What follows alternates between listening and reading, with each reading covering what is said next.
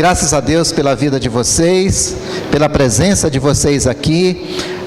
O pastor nos atribuiu essa responsabilidade de estar com vocês nesses próximos 2 domingos, enquanto ele está viajando.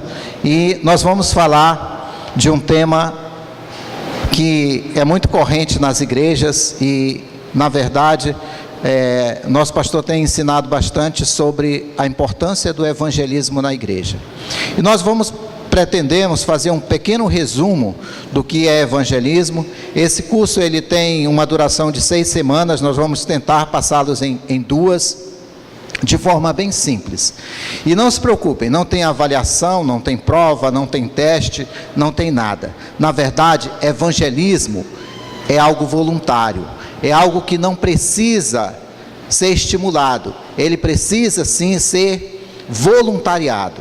Então, cada crente é um evangelista. Cada um de nós temos a responsabilidade de sermos um evangelista. Um evangelista daquele que prega dentro do ônibus, daquele que prega na praça, daquele que prega na igreja, daquele que distribui folheto, ou daquele que dá testemunho, daquele que leva a palavra de Deus para a sua família, daquele que leva a palavra de Deus para os seus amigos, para dentro da sua empresa. Então, tem muitas formas de evangelizar. E durante essas 2 semanas nós vamos olhar um pouco sobre o que nós podemos aprender de evangelismo. Eu dei o título de Evangelismo, Princípios e Métodos, porque nós entendemos que primeiro precisamos entender o que é o evangelismo. Primeiro precisamos fazer uma abordagem do porquê, do como e do quando. E depois nós precisamos ensinar algum método. Hoje nós vivemos num mundo moderno e nós temos método para quase tudo na vida. Método para fazer comida, método para fazer uma massa de cimento, método para sentar um tijolo para edificar um edifício. Então nós temos métodos para quase tudo na vida. Então o evangelismo também tem métodos para ser aplicado. E nós vamos então tentar passar para vocês alguma coisa dentro disso. Evangelismo. Evangelismo é algo singular da igreja. Quando Jesus estava voltando para o céu, foi a última missão que ele deu para a igreja, né? Foi a última ordem que ele deu. Foi pregar a sua palavra. Foi levar a sua palavra aos perdidos, aos necessitados, aqueles que precisavam. Antes de nós começarmos a nossa aulinha de hoje, eu quero combinar alguma coisa com vocês.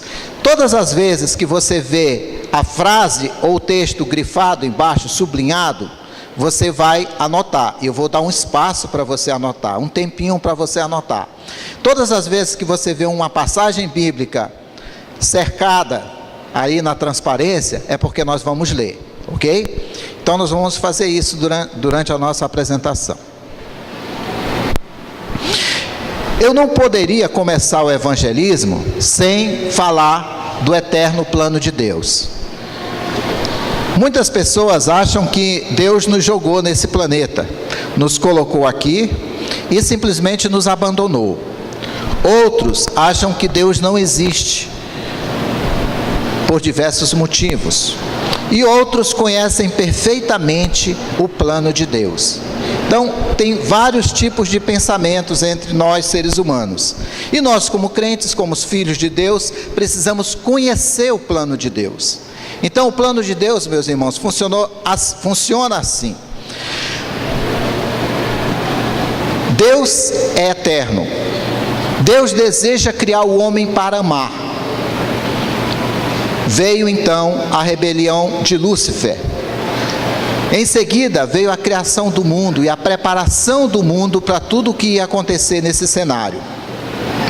Em seguida veio a criação da humanidade. São mostrados 2 caminhos, o livre-arbítrio. Então Deus mostrou esses 2 caminhos para Adão e Eva. E a humanidade escolheu desobedecer. Vocês conhecem muito bem a história da desobediência de Adão e de Eva. Deus decide enviar seu filho.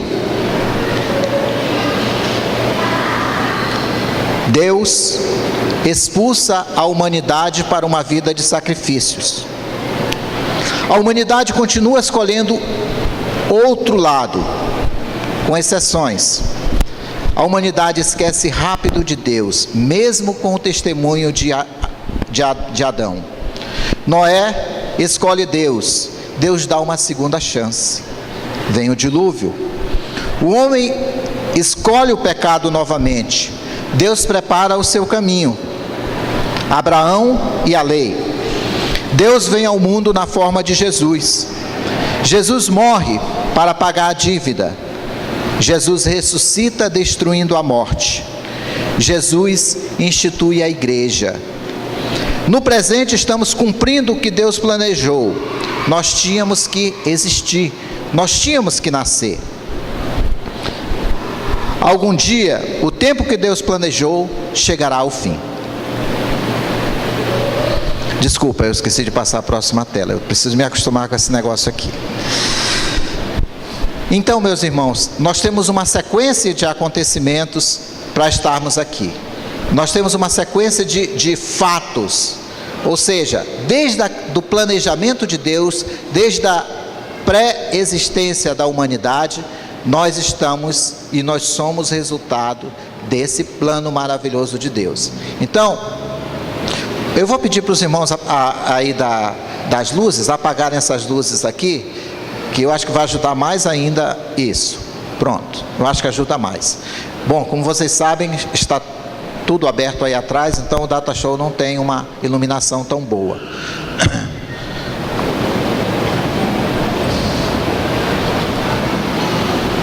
Bom, e esse resumo da história que eu acabei de apresentar para vocês, ele se resume exatamente nesses fatos que nós vamos compartilhar com vocês. Então, nós temos passagem da Bíblia que nos resume exatamente toda a história da humanidade.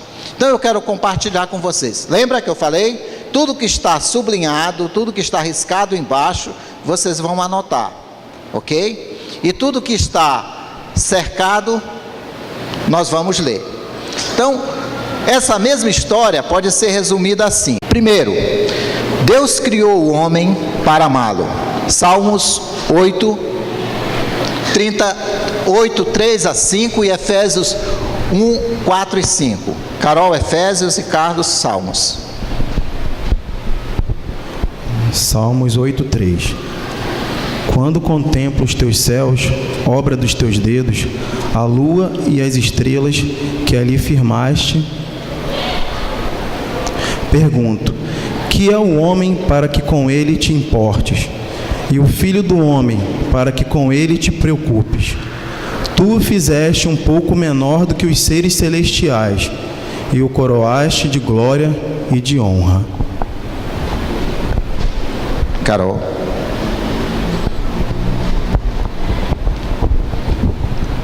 Efésios 1, 4 e 5. Porque Deus nos escolheu nele antes da criação do mundo, para sermos santos e irrepreensíveis em sua presença. Em amor, nos predestinou para sermos adotados como filhos por meio de Jesus Cristo, conforme o bom propósito da sua vontade. O segundo ponto nos diz que o pecado nos separa de Deus. O pecado nos separa de Deus. Esse é o segundo ponto. Esse é o segundo fato da questão. Então nós vamos ler Efésios 2, 1 e 12. Carlos, por favor. 2:1 e 2:12, não é isso? 2:1 e 2:12. Vocês estavam mortos em suas transgressões e pecados. 2:12. Naquela época, vocês estavam sem Cristo, separados da comunidade de Israel, sendo estrangeiros quanto às alianças da promessa, sem esperança e sem Deus no mundo. A separação que o pecado causou no homem, a separação que o pecado fez entre o homem e Deus, nos afastou de Deus. Ele nos separou de Deus. Nós estávamos separados.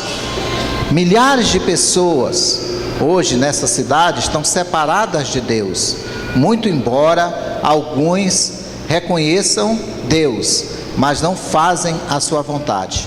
Então, o pecado nos separou de Deus.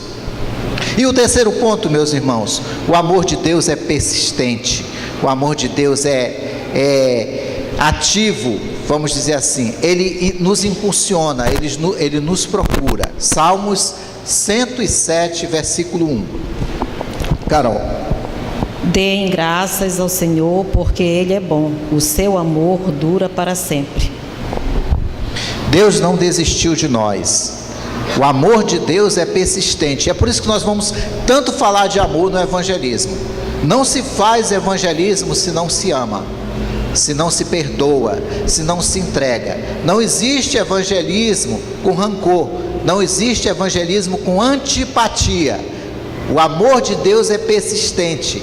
Esse exemplo que Deus nos dá através da morte do seu Filho é um exemplo que deve ser seguido por todos nós que pretendemos pregar a palavra de Deus, que precisamos ganhar os nossos parentes, os nossos pais, os nossos irmãos, os nossos primos.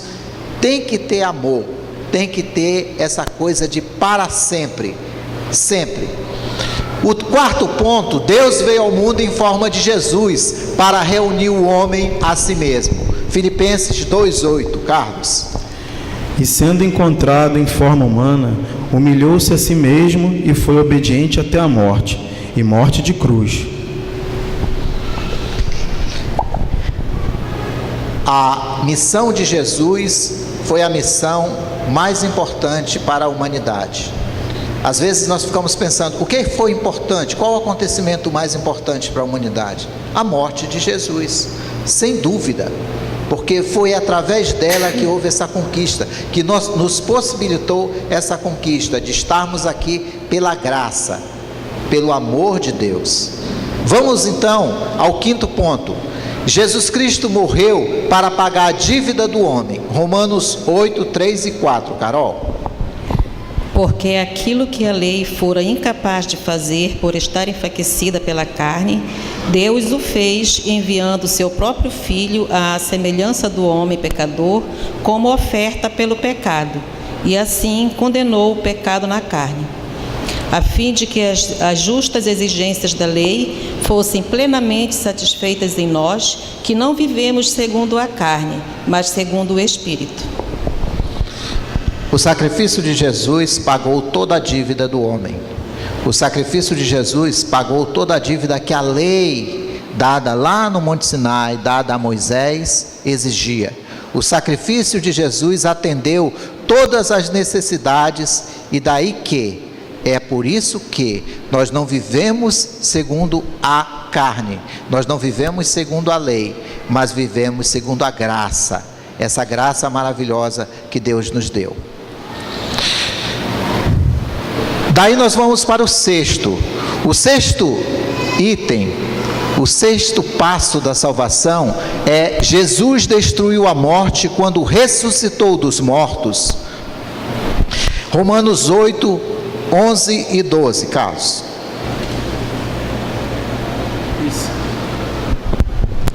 E se o Espírito daquele que ressuscitou Jesus dentre os mortos habita em vocês, aquele que ressuscitou a Cristo dentre os mortos também dará vida a seus corpos mortais, por meio do seu Espírito que habita em vocês.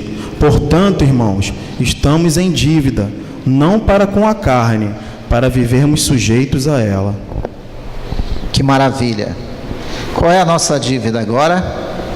Nenhuma.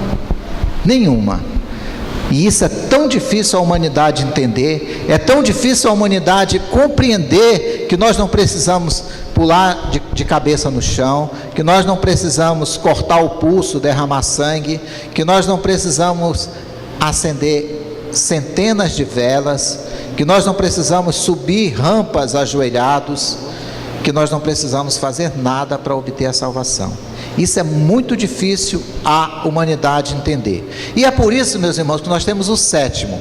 Eu recebo o Espírito de Deus quando creio nos fatos e entrego minha vida para Ele ser o meu Senhor.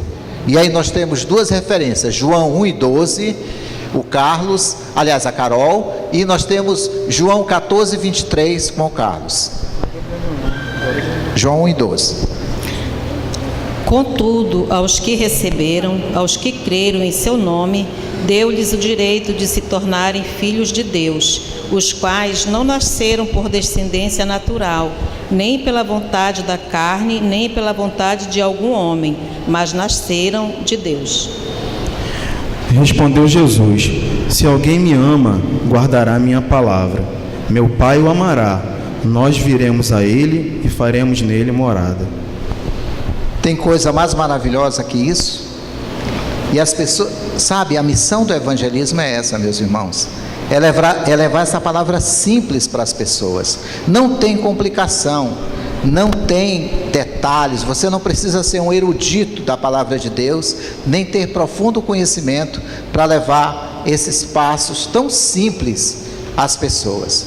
É muito simples, é tão simples que as pessoas até rejeitam, até desconfiam. Como é que eu preciso apenas aceitar Jesus para ganhar a minha salvação? É muito simples. Então a palavra de Deus nos indica que eu recebo o Espírito de Deus quando creio nos fatos e entrego a minha vida. Olha como é simples. Então, à medida em que você consegue passar essas informações, obter mentalmente essas informações e aplicar no seu dia a dia como evangelista, as pessoas vão entender quais são os passos para a salvação. Todos anotaram? Foi difícil? Foi muito rápido?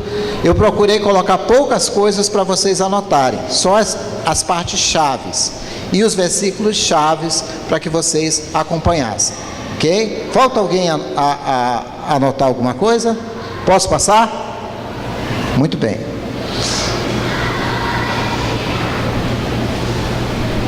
Então nós chegamos ao significado do evangelismo. O que é evangelismo então? Evangelismo, o que significa então essa palavra? Ela vem do grego, que no original se pronuncia evangelion, e isso significa boa notícia.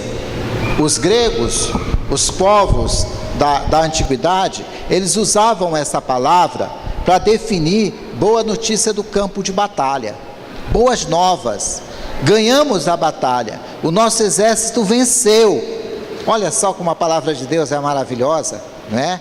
E evangelismo é exatamente isso, é boa notícia. Evangelismo é a mesma coisa que dizer Jesus venceu, Jesus chegou lá, Ele conquistou a vitória. E é por isso que nós precisamos entender que também vencemos, que também chegamos lá. Então, evangelismo são boas notícias, são boas novas. Você, quando leva o evangelismo, você leva uma boa notícia. A maioria das pessoas dessa cidade, eu vou contar uma coisa para vocês, vocês podem nem acreditar nisso, mas a maioria das pessoas dessa cidade nunca ouviram sobre o evangelismo. Elas nunca ouviram o evangelismo de fato.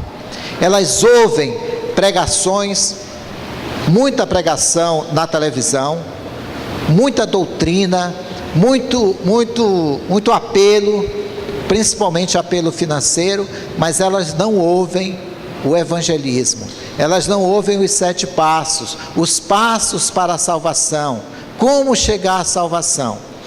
E aí você vê, às vezes, algum irmão pregando no ônibus, e ele realmente às vezes tem uma boa intenção, mas ele mistura muito, faz uma salada de versículos, uma salada de objetivos, e termina não pregando a palavra de Deus, não pregando a salvação de forma correta.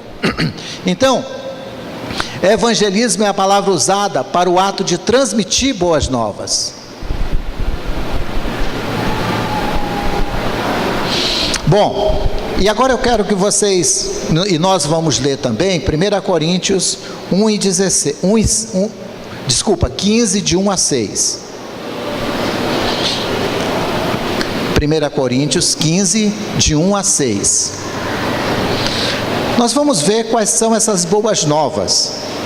Qual é a boa notícia que nós temos para dar para as pessoas que nós pretendemos pregar o Evangelho? É muito complicado, Adjalma? É muito difícil essa boa notícia?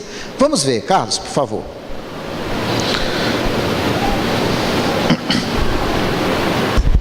Irmãos, quero lembrar-lhes o Evangelho que lhes preguei, o qual vocês receberam e no qual estão firmes. Por meio deste Evangelho vocês são salvos, desde que se apeguem firmemente à palavra que lhes preguei. Caso contrário, vocês têm crido em vão.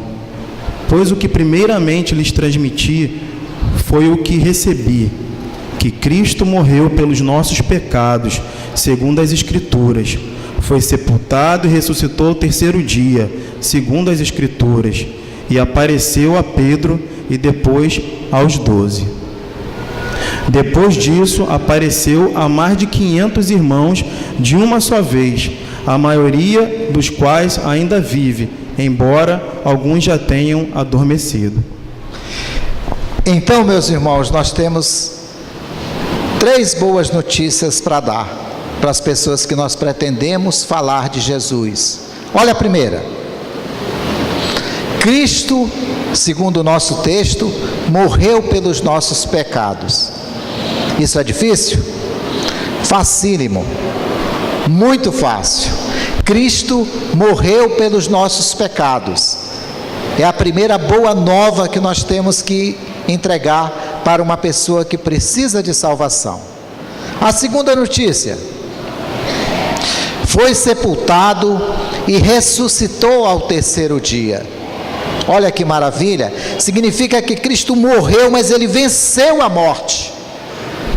Isso é algo maravilhoso. Morrer, todos nós podemos morrer. Aliás, todos nós vamos morrer. Essa é a novidade que eu tenho para contar para vocês nessa manhã. Todos nós vamos enfrentar a morte. Morrer, todo mundo morre, não é verdade? Mas ressuscitar, isso não. Jesus morreu e ressuscitou. Olha que coisa maravilhosa. O primeiro, Cristo morreu pelos nossos pecados. A segunda, Ele morreu, mas ressuscitou dos mortos. Essa é a segunda. Nós poderíamos parar por aí, mas olha o que o texto diz: e apareceu a mais de 500. Ok, está aparecendo lá. E apareceu a mais de 500, e depois a muitos. Por quê? Porque Deus sabia que as pessoas, nós seres humanos, a maioria somos incrédulos. Precisamos ver, nós somos seres visuais. Se nós não vemos, nós não cremos. Não é verdade? Então nós poderíamos nos limitar às 2 primeiras. Cristo morreu pelos nossos pecados, foi sepultado e ressuscitou dos mortos. Mas não, tem as testemunhas. Houve provas, houveram muitas visões, muitas pessoas testemunharam. Então, apareceu a muitos. É a última boa nova. Jesus venceu a morte. Jesus ressuscitou. Jesus provou que Ele ressuscitou. E essas são 3 boas novas muito importantes para na hora que você estiver pregando. Adjalma, como é que eu enfrento aquelas pessoas do meu trabalho, da minha família? Nós vamos falar tudo isso ainda. Nós vamos ver como você pode fazer isso. Como só tem pouca coisa para anotar hoje, agora nessa tela, eu vou passar. Então, meus irmãos, quais são os propósitos do evangelismo? Por que eu evangelizo? Por que você deve evangelizar? Por que a igreja, a NIB Grande Circular, deve levar o evangelho para as pessoas? Primeiro, o primeiro propósito do evangelismo é salvação. Ou seja, nós precisamos ganhar a pessoa, restaurar a sua vida e mostrar o verdadeiro caminho. Então nós precisamos fazer isso. Só precisa anotar a salvação, tá, gente? E a passagem. Então nós precisamos levar a salvação, porque essa pessoa vai ter uma restauração de vida, ela vai conhecer o caminho, e nós precisamos então ganhá-la para Jesus. Por quê? Porque nós precisamos cumprir a missão. Então, nós temos duas passagens que eu gostaria de compartilhar com vocês. A Carol vai ler Mateus 4:19 e o Carlos vai ler 1 Coríntios 9, de 19 a 22.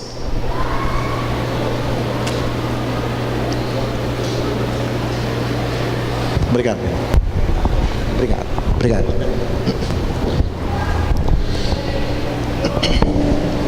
E disse Jesus: sigam-me e eu os farei pescadores de homem. Porque, embora seja livre de todos, fiz-me escravo de todos, para ganhar o maior número possível de pessoas. Tornei-me judeu para os judeus, a fim de ganhar os judeus. Para os que estão debaixo da lei, tornei-me como se estivesse sujeito à lei, embora eu mesmo não esteja debaixo da lei, a fim de ganhar os que estão debaixo da lei. Para os que estão sem lei, tornei-me como sem lei, embora não esteja livre da lei de Deus, mas sim sob a lei de Cristo, a fim de ganhar os que não têm a lei. Para com os fracos tornei-me fraco, para ganhar os fracos. Tornei-me tudo para com todos, para de alguma forma salvar alguns. Na primeira parte, o próprio Jesus nos estimula a sermos pescadores de homens. Que frase linda, né? Que frase bonita. Vinde após mim e os farei pescadores de homens. Ele estava se referindo exatamente àquelas pessoas que estavam ali pescando. E na segunda parte, nós encontramos algo maravilhoso da parte do apóstolo Paulo. O que é, então, o apostolado? O que é o evangelista? O evangelista, ele precisa se identificar com o seu público. Ele precisa, então, vestir-se e disfarçar-se e fazer com que ele seja conhecido dentro do seu público. O que é isso, então? É estar de acordo com aquelas pessoas que você pretende ganhar para Cristo. Se você vai pregar o evangelho para pessoas de rua, vamos dizer assim, para pessoas que moram na rua, você não vai vestido socialmente, você não vai de terno, não vai de gravatas, você não vai usar perfume francês, você vai de acordo com o que aquelas pessoas estão vestidas. Se você vai pregar o evangelho numa comunidade, você não vai vestido de forma diferenciada do que aquelas pessoas que estão ali se vestem. Então você precisa se adequar ao ambiente. E é isso que Paulo diz. É claro que tem limitações. E Paulo não diz, fiz-me bêbado porque eles estavam bêbados, fumei maconha porque eles estavam fumando maconha, né? Me prostituí porque fui pregar para as prostitutas. Não, tem limites, mas isso é o trabalho do evangelista, é levar a palavra de Deus, é fazer com que nós, que vamos levar essa palavra, tenhamos o mesmo retrato daquelas pessoas que estão ali. Então, é muito difícil um crente contestador pregar o evangelho na sua família. Sabe por quê? Porque na nossa família tem aquelas pessoas que adoram uma cerveja no final de semana, né? Então, te convido, fulano, vem aqui para casa, nós vamos fazer um churrasco. E aí você chega lá, vê todo mundo bebendo, tomando a sua cerveja, e você vai criticar, você vai bater de frente, né? Isso não é chamar essas pessoas, é tirar essas pessoas de foco, é afastá-las do Evangelho. Então nós crentes, nós que pretendemos ganhar os nossos parentes, nós temos que ter bom senso. É necessário pregar o Evangelho na nossa família, sim, mas nós não podemos criticá-los, censurá-los por qualquer coisa que eles façam. Nós precisamos entender que eles não conhecem a palavra de Deus. É isso que Paulo está falando mais ou menos nessa parte. E qual é o segundo propósito? O segundo propósito é aqui, instrução para nova vida, fazer discípulos, batizando-os, ensinando-os a obedecer o Senhor. Mateus 28, 19 e 20. Carlos, por favor.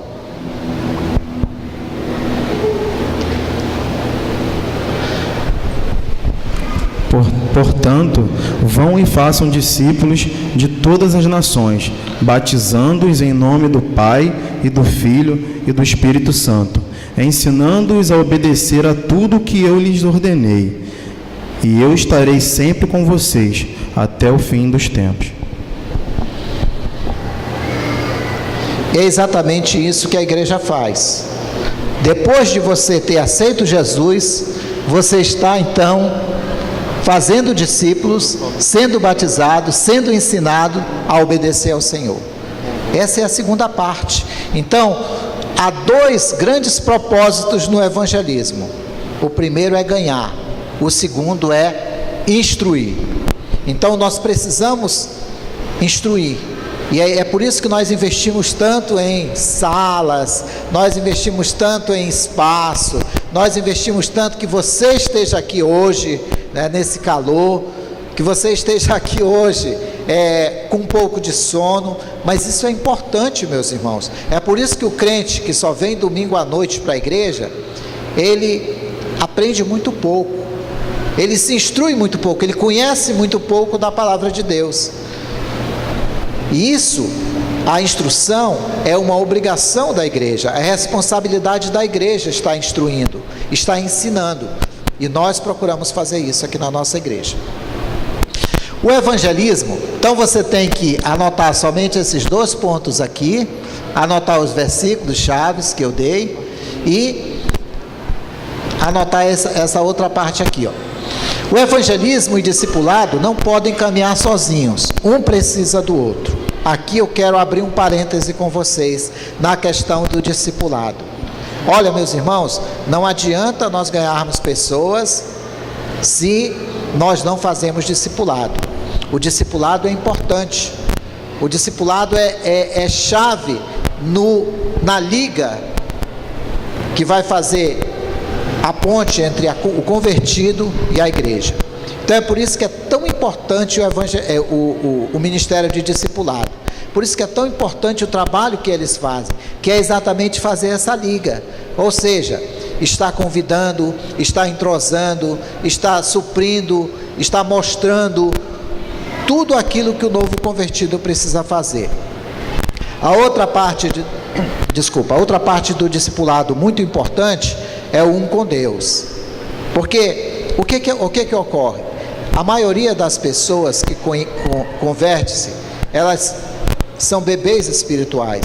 Elas não conhecem a palavra de Deus, elas não conhecem o sentido da palavra de Deus e elas não conhecem como é o estudo da palavra de Deus e qual é o plano de Deus para a vida dela.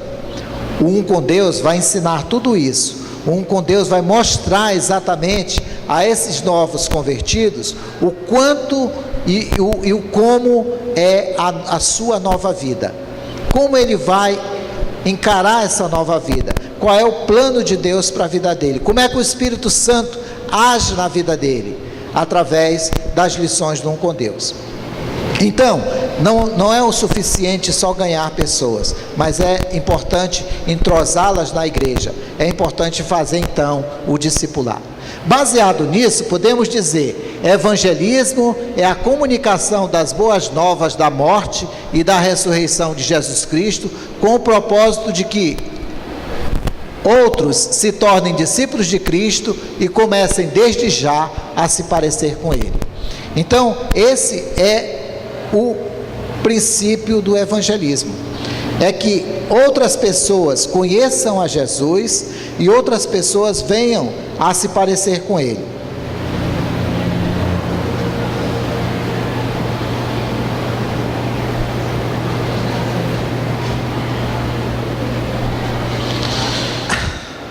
Vamos então ao próximo.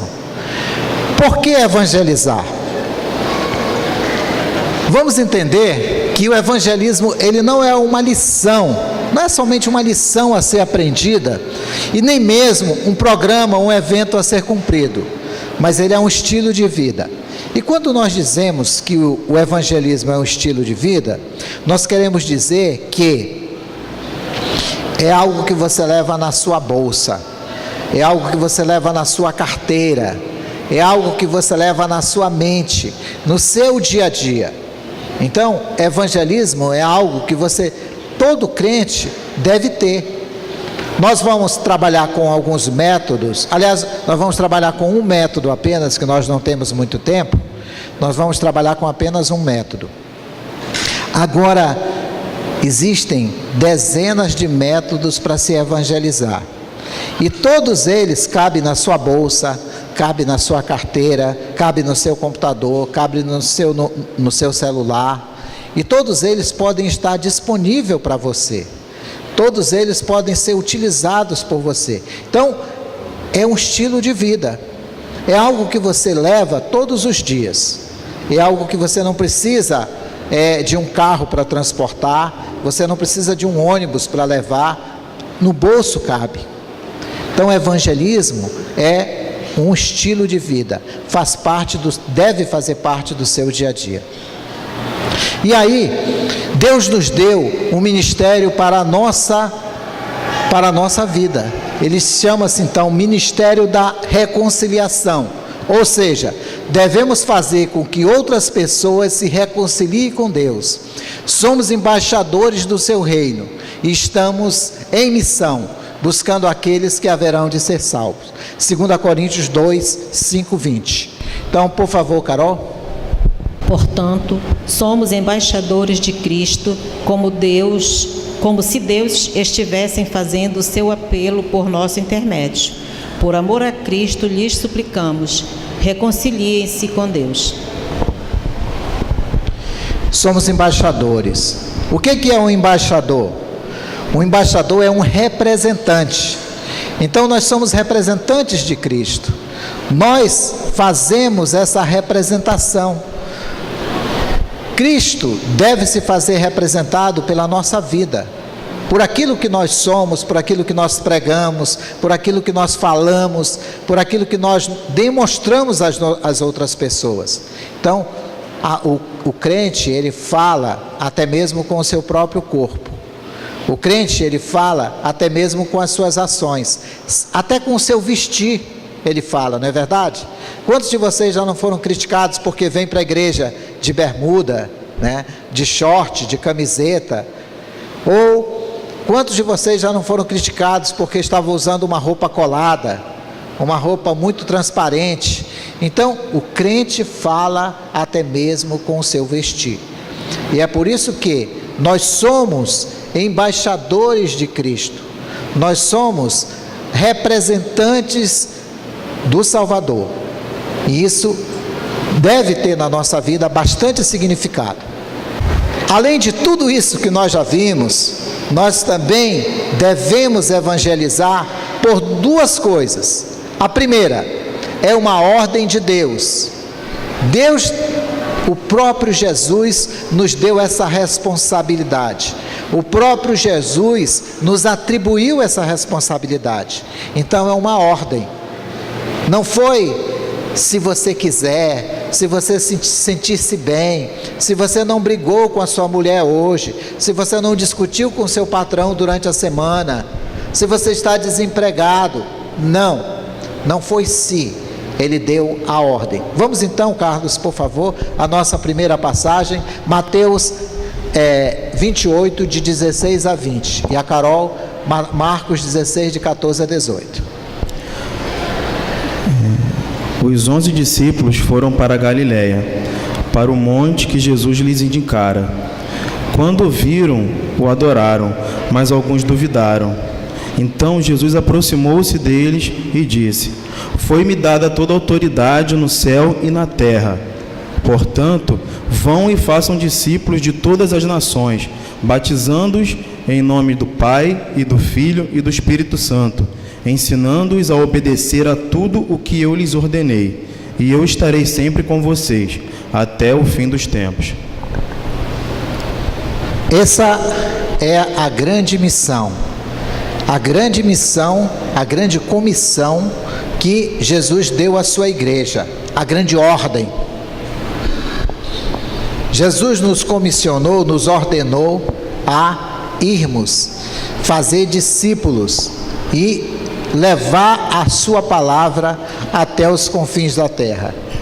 Esse conceito de confins da terra, naquela época, era o que o homem entendia pelos limites, né? Hoje nós sabemos que a terra é redonda e que há moradores em todos os cantos do planeta. Então, essa mesma ordem está valendo para hoje. A mesma ordem que Jesus nos deu, nesse momento, está valendo para hoje. Para nós irmos, para nós levarmos a sua palavra até os confins da terra, até os limites. Então não há limite para levar o evangelho, assim como não há lugar. Nós devemos estar pregando o evangelho em todo e qualquer lugar. E às vezes a gente acha que aquele irmão que entrou no ônibus, ele está sendo impertinente, chato, está todo mundo cansado, está todo mundo estressado ali dentro do ônibus, mas ele está cumprindo a palavra de Deus, em qualquer lugar, né? A tempo e fora de tempo, sendo oportuno ou inoportuno, leve a palavra de Deus. Então essa é a ordem de Jesus. Carol. Mais tarde, Jesus apareceu aos 11 enquanto eles comiam. Censurou-lhes a incredulidade e a dureza de coração, porque não acreditaram nos que o tinham visto depois de ressurreto. E disse-lhes: Vão pelo mundo todo e preguem o evangelho a todas as pessoas. Quem crer e for batizado será salvo, mas quem não crer será condenado. Estes sinais acompanharão os que crerem. Em meu nome expulsarão demônios, falarão línguas, pregarão em serpentes, e se beberem algum veneno mortal, não lhes fará mal nenhum. Imporão as mãos sobre os doentes e estes ficarão curados. É a grande comissão, é o mesmo texto, é a mesma passagem na visão de um outro evangelista, no caso Marcos. Mas as ordens são as mesmas. Acrescentou-se algumas coisas no que diz respeito à condição. Acrescentou-se algumas coisas no que diz respeito à proteção. Mas a ordem é a mesma. Ide, vão. São incentivos, são ordens do nosso Senhor para que todos os crentes, todos nós que professamos a palavra de Deus, possamos levar essa palavra até as pessoas. E olha, Jesus também não está dizendo: se você é negro, vá. Se você é branco, não vá. Se você é deficiente, não vá. Se você é idoso, precisa ir não. Jesus não fez essa distinção. Ele tratou todos os crentes, todas as pessoas que estavam ali da mesma forma, do mesmo nível. E é a mesma coisa para nós. Isso se aplica a nós também. Então, não tem limites. Não é porque eu estou doente, não é porque eu estou, vamos dizer assim, sem dinheiro, não é porque eu estou com um problema de saúde. Ah, não vou. Não é a minha vez agora. Não. Todos nós temos a obrigação, todos nós somos mandados pela grande comissão. Também devemos evangelizar porque é um ato de amor a Cristo e aos irmãos perdidos, o grande mandamento de Cristo. Carlos, Mateus 22, de 34 a 40, e Carol, 2 Coríntios 5, 14. É um ato de amor. Ao ouvirem dizer que Jesus havia deixado os saduceus sem resposta, os fariseus se reuniram. Um deles, perito na lei, o pôs à prova com esta pergunta: Mestre, qual é o maior mandamento da lei? Respondeu Jesus: Ame o Senhor, o seu Deus, de todo o seu coração, de toda a sua alma e de todo o seu entendimento. Este é o primeiro e maior mandamento. E o segundo é semelhante a ele: ame o seu próximo como a si mesmo. Destes dois mandamentos dependem toda a lei e os profetas. Carol. Pois o amor de Cristo nos constrange, porque estamos convencidos de que um morreu por todos, logo todos morreram. Nós somos impelidos pelo amor de Deus. É o amor que é a chave do evangelismo. Então, meus irmãos, a primeira coisa que você deve pensar quando for evangelizar um mendigo, uma pessoa, um bêbado, um drogado, seu papai, sua mamãe, seu tio, seu irmão, seu primo, eu amo essa pessoa. Eu amo essa pessoa. Você vai conquistar o coração daquela pessoa sem precisar fazer esforço. Não se prega o evangelho antipatizando com o ambiente, antipatizando com a moradia, com o cheiro daquela casa, com o barulho. Não se prega o evangelho dessa forma. Se prega o evangelho amando as pessoas. E isso é fator primordial para o evangelismo. Primeira coisa, nós devemos perdoar e ser perdoados antes de levar o evangelho, porque você não leva o evangelho se você é a mesma coisa que ceia, né? Você não vem cear aqui se seu coração está cheio de mágoa, de rancor, de falta de perdão. Você não ceia, não é verdade? Não tem como cear. E levar o evangelho é a mesma coisa. Você precisa estar esvaziado dessas coisas para levar a palavra de Deus e ganhar aquela pessoa para Jesus. A palavra de Deus, ela tem uma forma toda especial de comunicar ensinamentos. E nós temos uma passagem que a gente chama de As Lições de Samaria. É uma passagem lindíssima de 2 Reis 6, 24 a 29.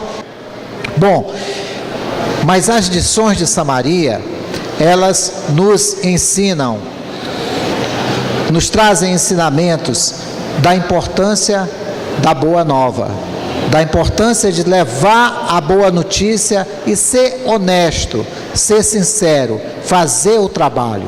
Então vamos acompanhar. Eu vou repetir a referência para vocês, que eu estou notando que está um pouco difícil.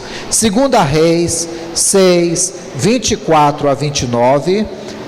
O Ricardo vai fazer essa leitura e a Carol, 2 Reis 7, de 3 a 9. Por favor, Ricardo.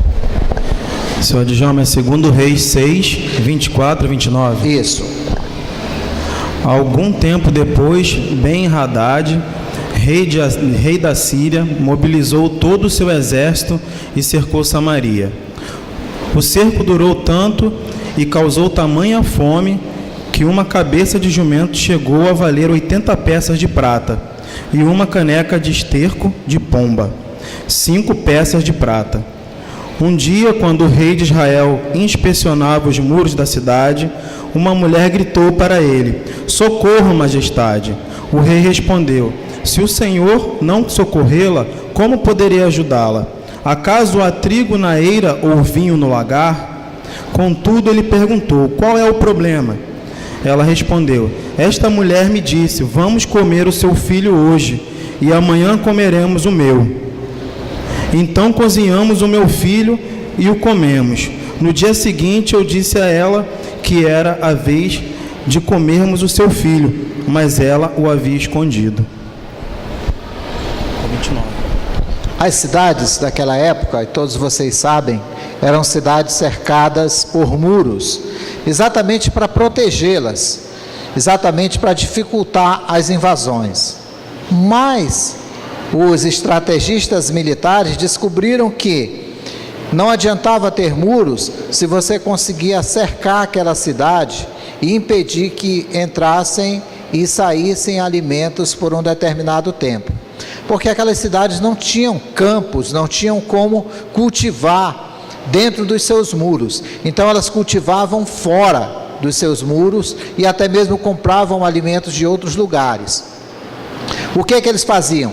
Eles cercavam aquela imensa cidade com os seus soldados, com os seus exércitos, por anos. E ali ninguém entrava e ninguém saía. E exatamente era isso que estava acontecendo com Samaria. Ela estava totalmente cercada há muito tempo, de forma que as pessoas que moravam ali já estavam no nível de comer-se uns aos outros. Imaginem a situação. Pensem nessa cena de você ter que matar o seu filho para saciar a sua fome. Você já pensou o que é isso? Então, essa era a situação daquela cidade, uma situação desgraçadamente terrível, para que ela pudesse se render. Então, todas as pessoas que estavam ali dentro não podiam nem sair para buscar alimentos, e nem as que estavam fora podiam entrar para levar alimentos. Essa era a cena que nós tínhamos. Agora vamos ver a segunda passagem. Havia 4 leprosos junto à porta da cidade. Eles disseram uns aos outros: por que ficar aqui esperando a morte? Se resolvermos entrar na cidade, morreremos de fome, mas se ficarmos aqui, também morreremos. Vamos, pois, ao acampamento dos arameus para nos render. Se eles nos pouparem, viveremos, se nos matarem, morreremos. Ao anoitecer, eles foram ao acampamento dos arameus. Quando chegaram às imediações do acampamento, viram que não havia ninguém ali, pois o Senhor tinha feito os arameus ouvirem o ruído de um grande exército com cavalos e carros de guerra, de modo que disseram uns aos outros: ouçam, o rei de Israel contratou os reis dos hititas e dos egípcios para nos atacarem.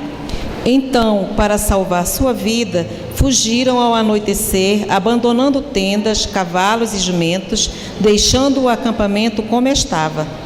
Tendo chegado às imediações do acampamento, os leprosos entraram numa das tendas, comeram e beberam, pegaram prata, ouro e roupas para saírem para esconder tudo. Depois voltaram e entraram noutra tenda, pegaram o que quiseram e esconderam isso também. Então disseram uns aos outros: não estamos agindo certo. Este é um dia de boas notícias e não podemos ficar calados. Se esperarmos até o amanhecer, seremos castigados. Vamos imediatamente contar tudo ao palácio do rei. Mas haviam pessoas,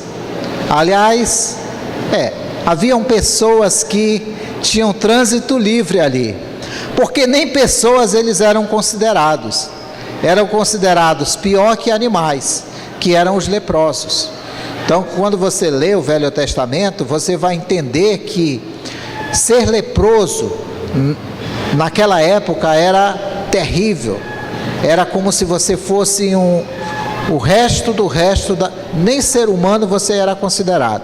Portanto, esses leprosos, eles tinham trânsito livre, eles podiam passear ali pelo arraial inimigo, sem problema, quer dizer, eles não permitiam, mas podiam transitar.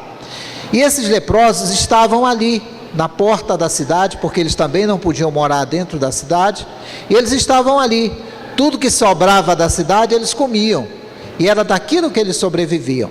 Mas a situação lá dentro da cidade estava terrível. E aí o que eles pensaram? Quer saber de uma coisa?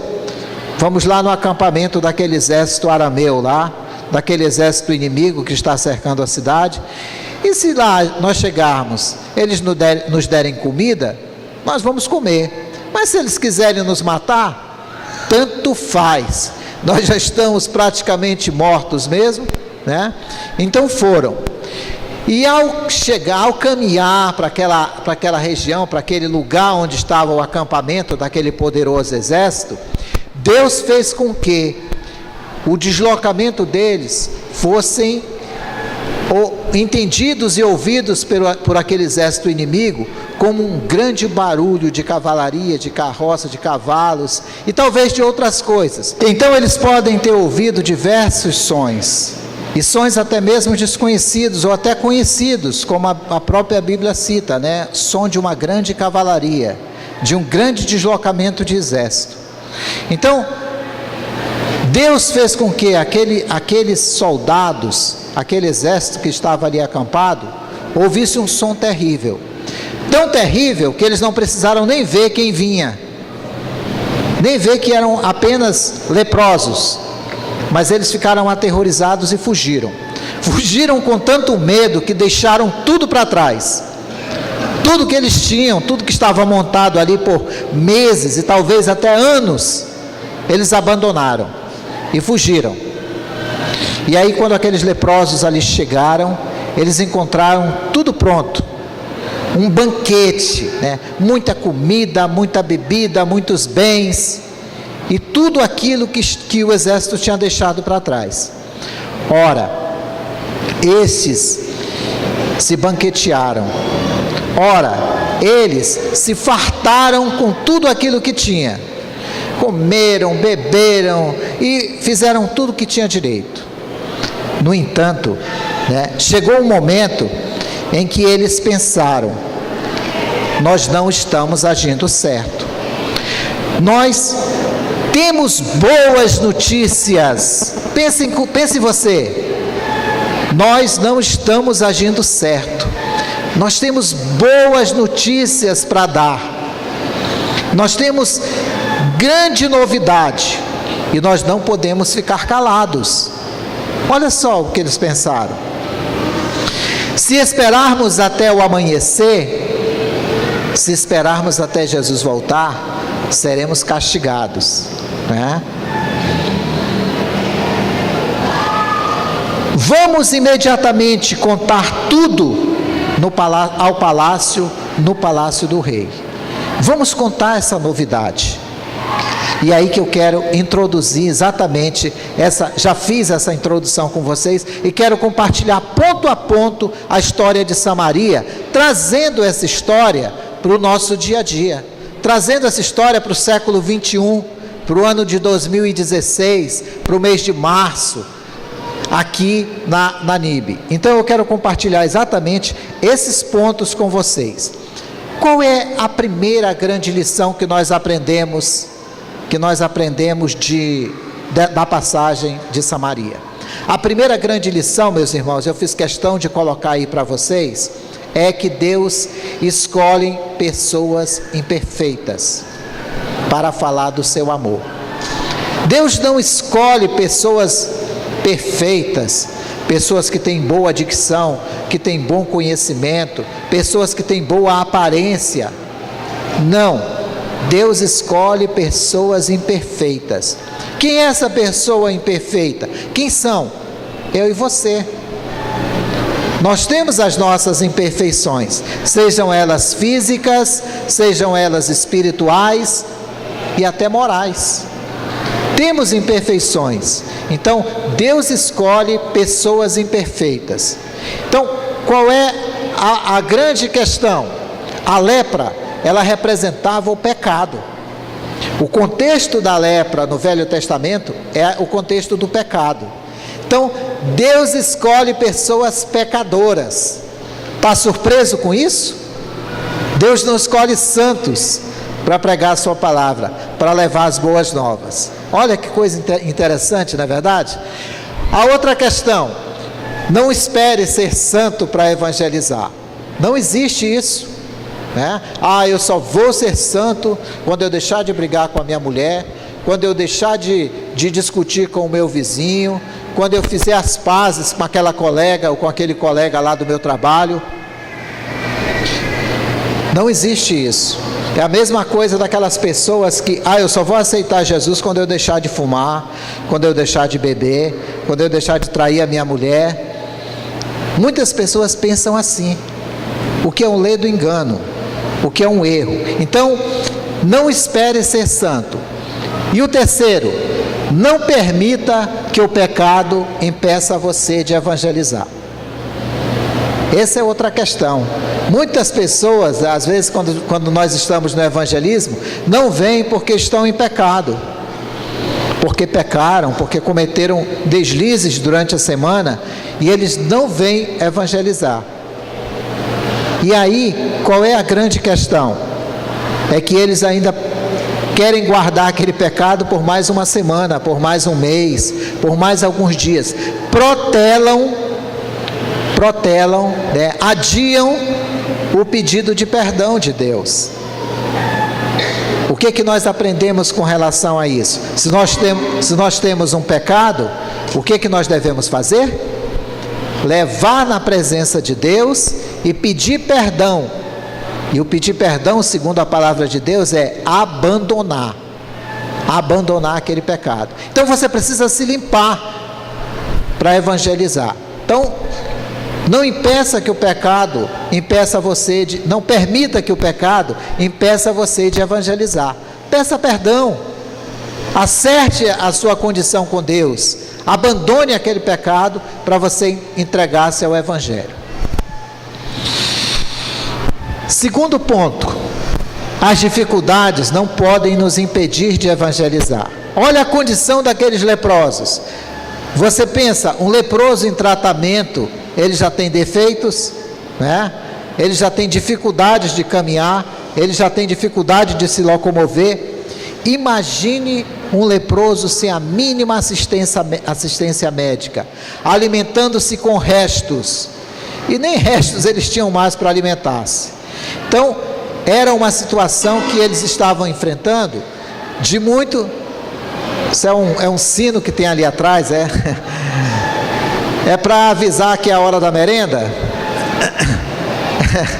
Então, eles não tinham mais nada, eles estavam sem a mínima assistência médica para se manter em pé. Então, imagine as dificuldades que eles enfrentavam. Jesus nos ensina, meus irmãos, que vamos passar por aflições. As aflições fazem parte e ajuda para que nós nos aproximemos mais de Deus, né? Tiago 1,12, essa passagem é muito conhecida, né? É muito conhecida por todos nós. E isso faz com que nós nos aproximemos mais de Deus. As dificuldades existem, mas não espere que todas elas estejam resolvidas para que você faça evangelismo, para que você pregue a palavra de Deus.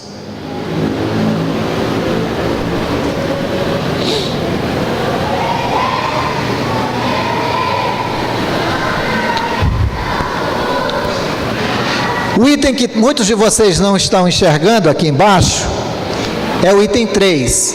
Deus trabalha na nossa frente.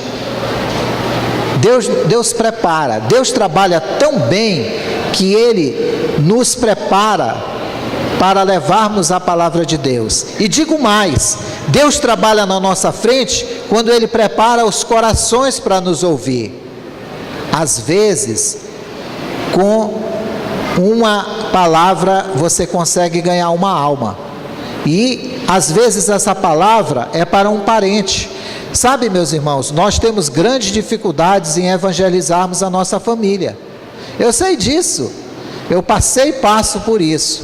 Família é algo muito complicado, porque eles conhecem muito os nossos defeitos, eles nos conhecem profundamente, e às vezes eles não aceitam que nós mudemos ou que nós mudamos. Às vezes eles não entendem que a salvação não é pela graça. Eles pensam que salvação é pelas obras. Eu preciso ser bonzinho para ser salvo. Eu preciso fazer um monte de coisinhas para alcançar a salvação. E é muito difícil nós pregarmos para as pessoas da nossa parentela. Mas olha, Deus vai na nossa frente, Deus coloca as palavras na nossa boca. Isso também é impressionante. Deus age milagrosamente para ganhar almas. E eu vou contar uma coisa para vocês. Olha, o evangelista, ele não ganha almas pelo mérito dele. Não, ele não ganha almas pelo mérito dele. Ele ganha almas pela iniciativa dele, porque o resto, quem faz, é Deus através do seu Espírito. Vou dar um exemplo para vocês. Às vezes você presencia no ônibus, na rua, aquelas pessoas que você diz: poxa, essa pessoa é um analfabeto, está pregando a palavra de Deus com uma desenvoltura, com um conhecimento, com um argumento perfeito. Sabe por quê? Porque aquela pessoa está sendo usada pelo Espírito de Deus para declarar aquelas palavras. A fala, o que você fala é a palavra de Deus. E quando você expressa, Deus está trabalhando em você para que você fale o que aquela pessoa precisa ouvir. Então é Deus que leva, não é você. Qual é o papel do evangelista? Apenas ser um instrumento que Deus usa para levar a sua palavra.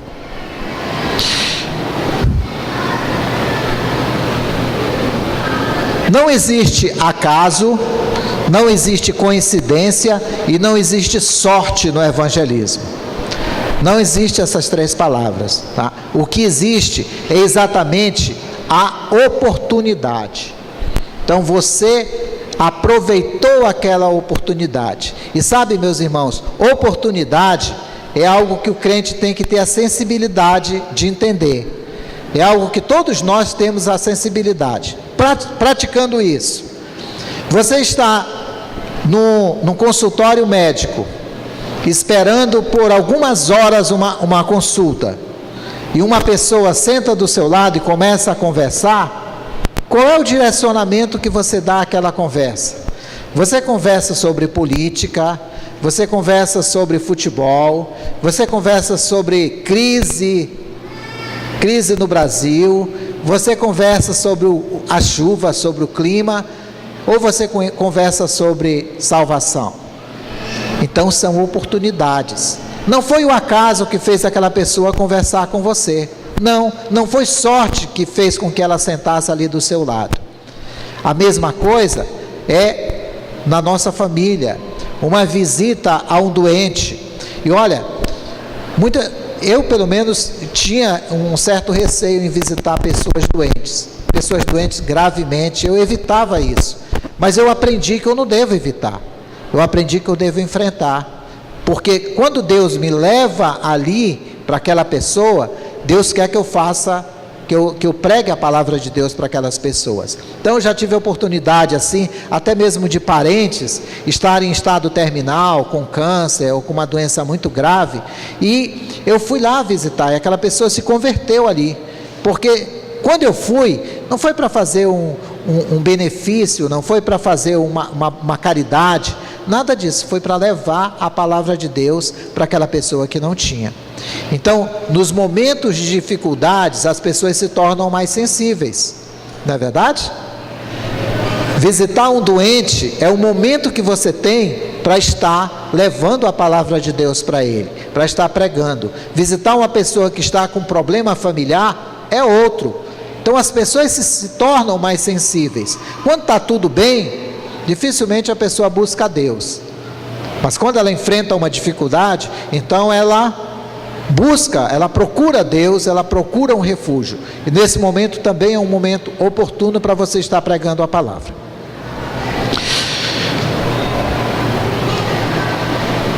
Quarto, quem acha o reino de Deus, acha um grande tesouro.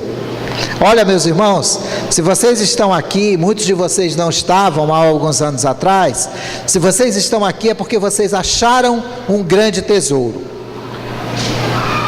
Então, qual é o tesouro? É estar conhecendo a palavra de Deus, é estar na comunhão das pessoas que louvam e que amam a Deus é participar de uma igreja e contribuir para o crescimento dela, é estar aguardando a volta de Jesus, é estar confiante na sua salvação. Esse é o grande tesouro, e é esse tesouro que vocês acharam, e que vocês também devem contribuir para que outras pessoas conheçam e achem esse tesouro. Ganhamos a vida eterna em abundância, verdade. Ganhamos uma nova família, verdade. Ganhamos muito mais do que possamos imaginar, ou podíamos imaginar, é verdade. Então, todas essas coisas nós encontramos quando achamos esse grande tesouro. Quando os leprosos chegaram lá naquele acampamento, eles encontraram de tudo: comida, bebida, joias, cavalos, roupas para se vestir, acharam de tudo, acharam um grande tesouro. E nós, quando encontramos o Evangelho, quando encontramos o reino de Deus, também encontramos um grande tesouro. 5. Precisamos então compartilhar desse tesouro da salvação, porque é egoísmo, é fazer a coisa errada, não compartilhar desse tesouro. Então nós, crentes em Cristo Jesus, que entregamos a nossa vida para Ele ser o Senhor, precisamos fazer esse compartilhamento, precisamos fazer essa doação para as outras pessoas. Então, não podemos nos acomodar. Olha, quando uma igreja cresce, é muito comum que grande parte se acomode, não é verdade? Isso é muito comum. Por quê? Porque, eu vou ficar aqui no meu cantinho, ninguém vai me perceber. Tem tanta gente aí, tem tantos irmãos, tem centenas de irmãos aí, e eu vou ficar aqui sentadinho, eu chego, sento e está tudo bem. Isso é comodismo. E isso o crente nunca deve fazer. Porque vocês aprendem que aqui na nossa igreja todo mundo tem oportunidade de fazer alguma coisa. Então, nossa igreja dá essa condição. A maioria das igrejas não dá. A maioria das igrejas realmente permite que muita gente não faça nada, só venha aos cultos. Mas não podemos nos acomodar no que diz respeito a evangelizar. Precisamos ter sentido de urgência. Temos boas notícias hoje. Então, essa boa notícia não é para amanhã, não é para o próximo mês, para o próximo ano. Nós, crentes, devemos ter sentido de urgência. Então, essa urgência deve se refletir na necessidade de evangelizarmos. Os leprosos, eles não pensaram, poxa, vamos dormir aqui por uns 2 dias, com a barriga cheia, né? Vamos descansar aqui nessa tenda maravilhosa com ar-condicionado, e depois, na próxima semana, a gente vai lá na cidade avisar para o povo vir. Não, eles tiveram o senso de urgência. Lembre-se dos que precisam. Semana passada nós tivemos uma mensagem aqui sobre essa questão, né, de você se colocar na presença, se colocar na condição de outra pessoa. Meus irmãos, morrem 9.000 pessoas, quase 10.000 pessoas por ano nessa cidade. Morre muita gente. Todas essas pessoas muitas dessas pessoas precisavam do Evangelho. Então, morre muita gente se perde diariamente numa cidade como essa, tão grande. E os crentes, então, que querem pregar o Evangelho do Senhor, precisam então ter um sentido de urgência. E também lembrar que pessoas precisam serem salvas urgentemente.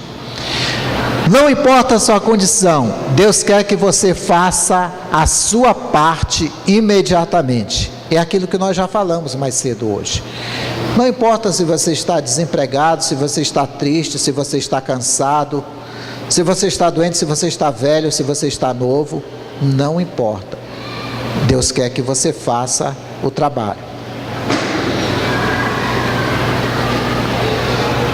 Sublinhe na sua Bíblia, na passagem que nós lemos, a frase: nós não estamos agindo bem.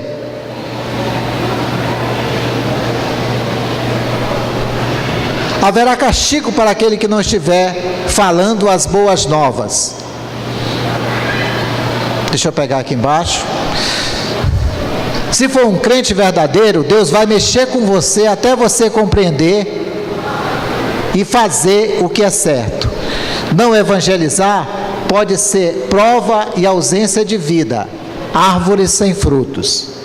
Então, uma das formas que nós fazemos para provar que estamos vivos na palavra de Deus é exatamente pregar a palavra de Deus, é levar essa palavra de Deus para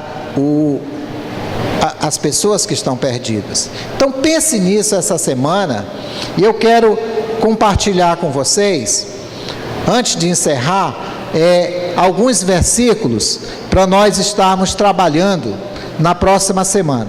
Você não precisa anotar, não precisa levar isso para casa, mas eu vou mostrar para vocês, e eu espero que dê para ler, porque está muito claro, alguns versículos chaves para a próxima semana, porque na próxima semana nós vamos então trabalhar o método, ok? Nós vamos escolher um método para que essa forma de evangelizar possa ser utilizado por todos vocês.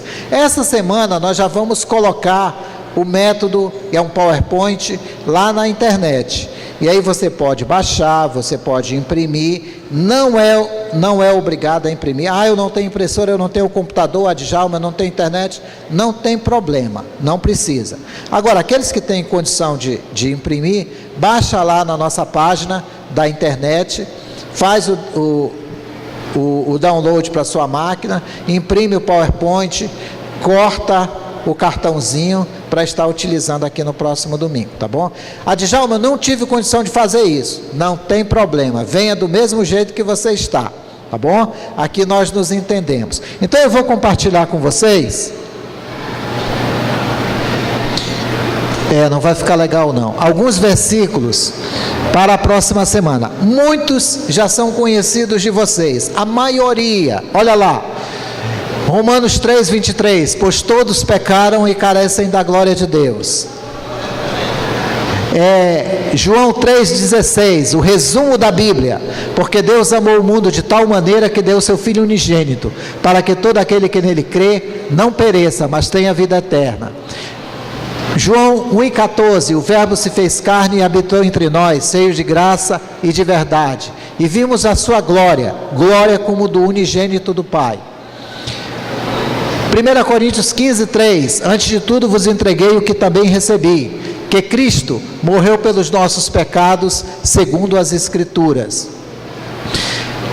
Romanos 5:8, mas Deus prova o seu próprio amor para conosco, pelo fato de ter Cristo morrido por nós, sendo nós ainda pecadores. Então são diversos versículos chaves para que você...